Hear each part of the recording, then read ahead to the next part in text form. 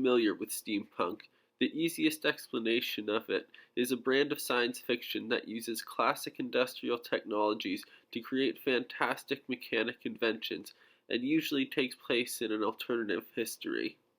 Sadly, the most famous work to be definitively steampunk might be the 1999 Will Smith vehicle Wild Wild West. Quality aside, this movie perfectly encapsulates the steampunk dynamic. It takes place in the 19th century, but the technology, while aesthetically and theoretically similar, is way more advanced.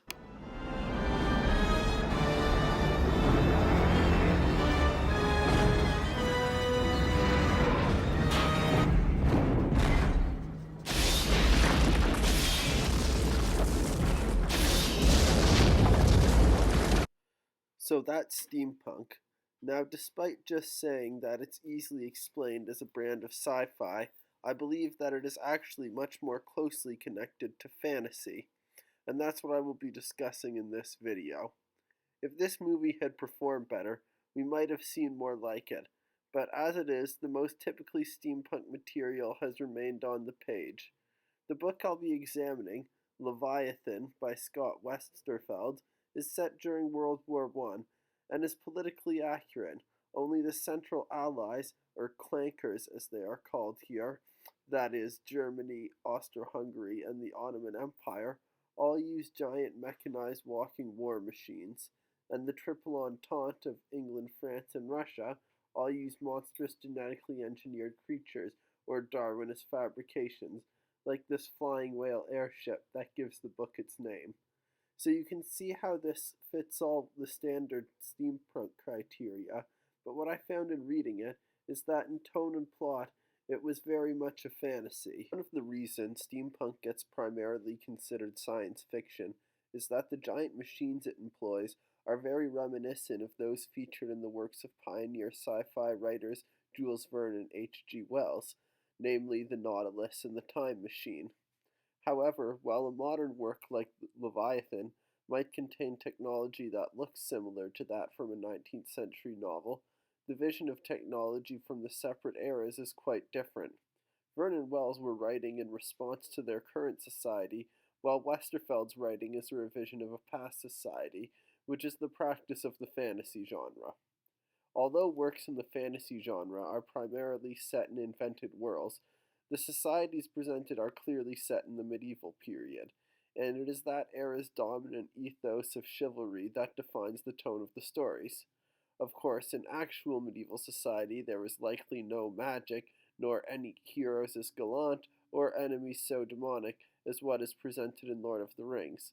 But the people of that era believed these things to be true. So, logically, if she weighs the same as a duck, she's made of wood. And therefore, a witch! A witch! It is the function of the fantasy genre to take these former beliefs and actualize them, creating a world that lives up to the idealism of a past era.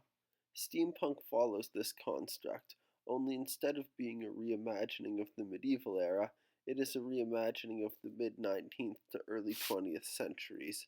As such, instead of actualizing the ideals of feudal chivalry, it actualizes the ideals of the industrial and scientific revolutions.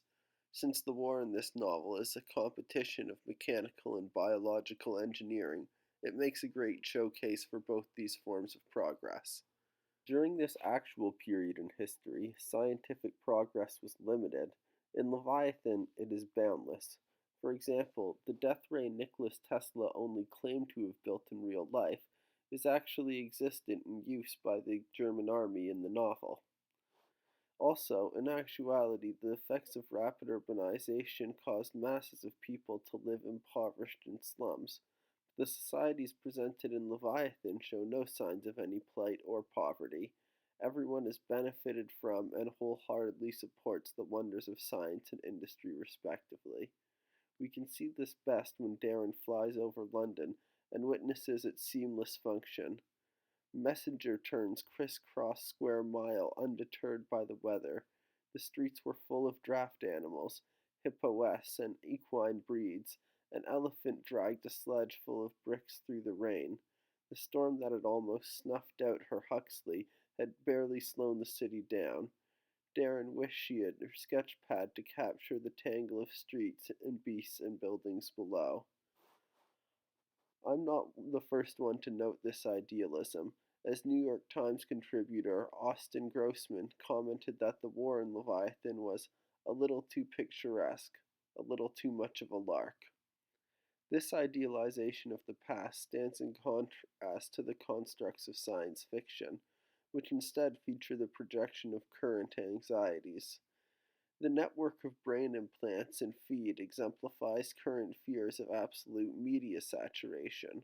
The mandatory plastic surgery in Uglies exemplifies current fears over the necessity of physical perfection. Then there's the fear of computers turning against us, which is prevalent in a number of sci-fi works, including 2001: A Space Odyssey, Terminator, and Transcendence. This is not to say sci-fi needs to be negative. Star Trek is about an enlightened and diverse crew showing culturally problematic planets the error of their ways, like the eternally warring black and white versus white and black people. Still, this was a projection of a current social condition, in this case the civil progress of the 60s, just on a futuristic and galactic scale. The other major element of this steampunk novel that labels it as fantasy is its use of the hero archetype.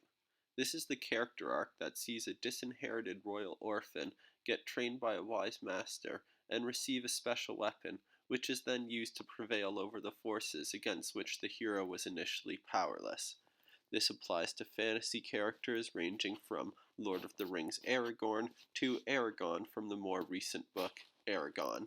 And Tim Burton's recent remake of Alice in Wonderland essentially just reforms the story to fit Alice in this arc.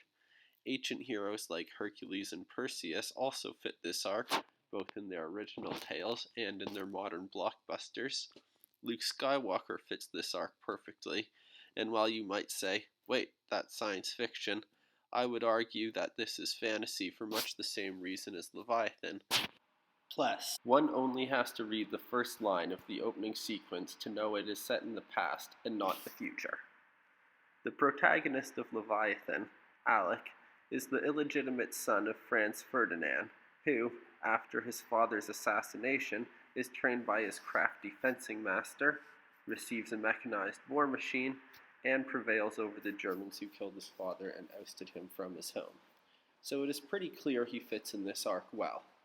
In her article, Form is Fantasy, Fantasy is Form, Caroline Hunt notes that this plot form is integral to the genre because part of the fantasy for its primarily adolescent readers is the ability to witness a meaningful progression in life at a time when they don't necessarily feel like they're experiencing it themselves. This would mean that the hero arc is not just a preferred tool for writers in the fantasy genre who need a simple story that can feature a lot of action and maybe some dragons, but rather that it is an integral and definitive element of fantasy. Also, I believe that a plot type that ensures the hero will be successful is very fitting in works that idealize the past. Science fiction, being much more prone to pessimism, is more likely to feature heroes who fail in their quests, such as Titus and Violet's inability to effectively fight the Feed in Feed, or Winston's eventual acceptance of Big Brother in 1984. The crowning moment in a science fiction protagonist's arc might simply be their realization of the true horror of the society, as we see Charlton Heston experience in Planet of the Apes and Soylent Green.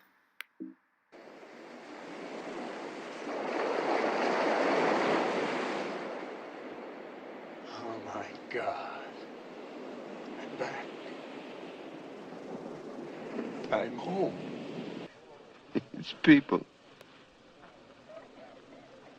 Soylent Green is made out of people. This is way bleaker stuff than one is likely to find in any fantasy work, with the obvious exception of the genre-defying Game of Thrones. Which might make you ask, if the most popular fantasy title right now is throwing out the fantasy playbook, then why did I bother listening to you analyze the traditional constructs of fantasy?